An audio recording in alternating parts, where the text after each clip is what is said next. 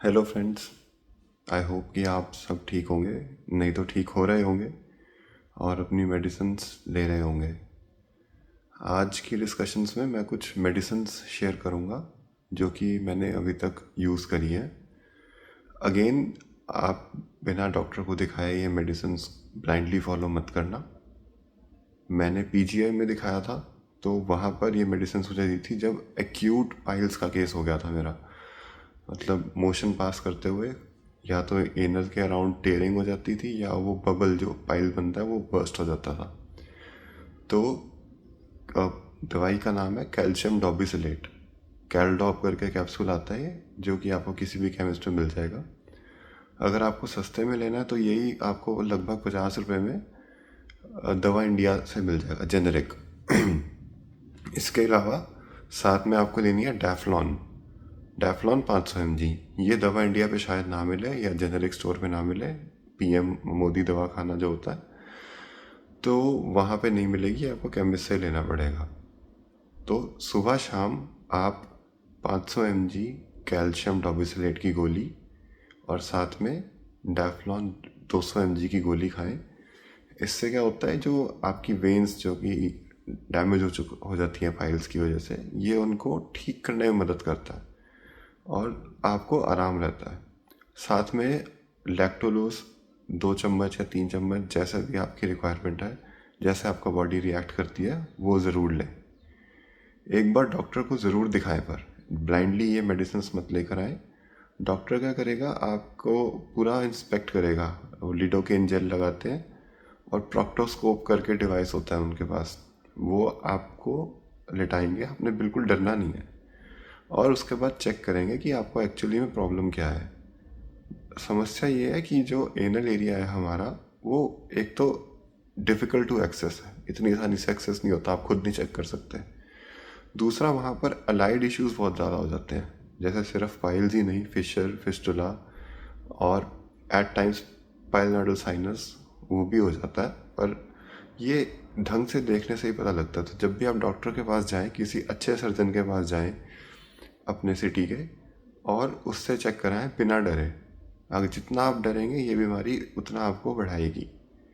ठीक है, ये तो रही बात पाइल्स की कि हमने दवाइयाँ जो डिस्कस करी है। हाँ, इसके अलावा एक एनोवेट लिखते हैं कई बार डॉक्टर्स, तो आप वो भी यूज़ कर सकते हैं, पर लॉन्ग टर्म के लिए यूज़ ना करें।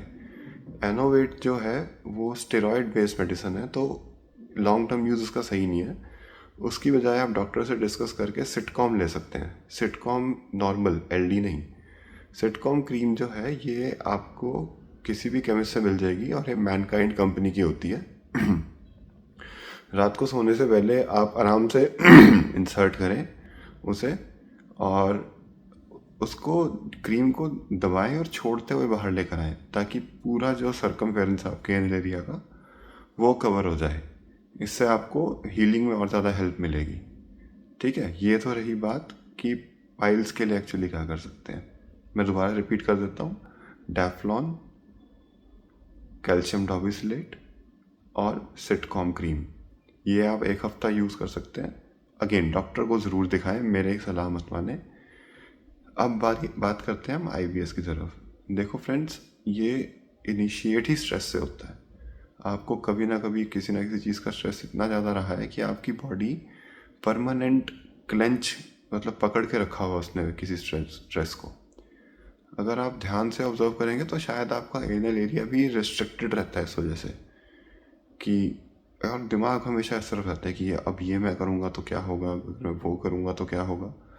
आपको स्ट्रेस को मैनेज करना है, नहीं तो ये प्रॉब्लम कभी जाएगी ही नहीं। स्ट्रेस को मैनेज करें और साथ में साइकेट्रिस्ट मेडिसिन खाएं। ठीक है, तो साइकेट्री मेडिसिन जो मैं ले रहा हूँ, अगेन ये आप डायरेक्टली मत लें किसी भी केमिस्ट से, वैसे तो केमिस्ट देते भी नहीं है। मैं ले रहा हूँ मॉर्निंग में 50 mg सेट्रालिन और 3 टाइम नॉर्वैक्सिन ले रहा हूँ खाने के बाद, सुबह दोपहर शाम। इसके अलावा मैं रात को ले रहा हूँ ओलाइन 5 mg और सोने से ठीक पहले लोराज़ेपाम 2 mg। मैंने जितनी भी दवाइयाँ डिस्कस करी हैं, ये पाइल्स की भी और आईबीएस की भी साइकेट्रिस्ट मेडिसिन, मैं डिस्क्रिप्शन में लिख दूंगा। बट अगेन, अपने अच्छे साइकेट्रिस्ट को दिखाएं किसी, ताकि वो आपके बॉडी टाइप के हिसाब से आपको मेडिसिन रिकमेंड करेगा। देखो फ्रेंड्स, बॉडी जो है ना वो मैकेनिकल नहीं है। जैसे 2+2 4 होता है, ये सच है सबके लिए, पर ये मेडिसिन के केस में ऐसा नहीं होता। मुझे पैरासीटामोल किसी और तरह असर करेगी, आपको पैरासीटामोल किसी और तरह असर करेगी। इसलिए बहुत ज़रूरी है कि अपने अच्छे डॉक्टर के पास जाएं, सर्जन के पास जाएं, उसको फिजिकली इंस्पेक्ट कराएं, और IBS स्ट्रेस मैनेज करने के लिए एक अच्छे साइकेट्रिस्ट के पास जाएं। मेरी कोशिश है कि मैं वीडियोस बनाता रहूं और अपनी जर्नी शेयर करूं और आप सबका हेल्प करूं जितना हो सके। मुझे खुद दवाई खाते हुए भी 1.5 महीना ही हुआ है, और मैं डॉक्टर सुनीत उपाध्याय जी से ऑनलाइन कंसल्ट कर रहा हूँ। वेरी गुड डॉक्टर, और अच्छी तरह बात समझते भी हैं।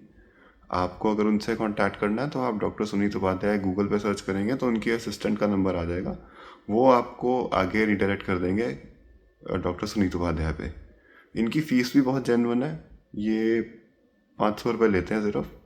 मैं डिस्क्रिप्शन में उनका नंबर भी लिख दूंगा सीधा, आप उस नंबर पे 500 रुपये उनको गूगल पे कर देना, पर पहले बात कर लेना, पहले रिसेप्शन पे बात कर लेना, उसके बाद उनको गूगल पे करना। तो डॉक्टर साहब की शाम को 7 से लेके 8 बजे के बीच में आपको व्हाट्सएप पर ही वीडियो कॉल आ जाएगी, और वो पूरी प्रॉब्लम समझेंगे आपसे और फिर दवाई देंगे।